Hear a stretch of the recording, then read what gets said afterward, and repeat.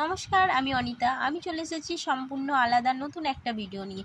যে সমস্ত ছাত্রছাত্রীর কাছে ইতিহাস খুব কঠিন, যে সমস্ত ছাত্রছাত্রী মাধ্যমিক দেবে, ইতিহাস অনেক পড়ার পরেও ইতিহাস মনে থাকছে না, তাদেরকে বলবো আমার ভিডিওটা একটু মন দিয়ে শোনো, তাহলেই দেখবে বই না পড়ে পড়া মুখস্থ হয়ে যাবে। আজকে আমি যেটা আলোচনা করতে চলেছি সেটা হলো উডের ড্যাশপেজ কী। বোর্ড অফ কন্ট্রোলের সভাপতি স্যার চার্লস উড 1854 খ্রিস্টাব্দে ভারতের শিক্ষা বিষয়ক নির্দেশনামা জারি করেছিলেন। সেটি উডের ড্যাশপ্যাচ নামে পরিচিত। এখন এই উডের ড্যাশপ্যাচের শর্তগুলো কী, নির্দেশনামাগুলো কী, সেই নির্দেশনামাগুলো আলোচনা করি।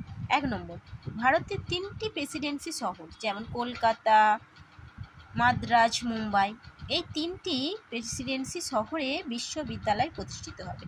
2 নম্বর, শিক্ষক ও ছাত্রদের মেধা অনুযায়ী তাদের বৃত্তিদানের ব্যবস্থা করতে হবে।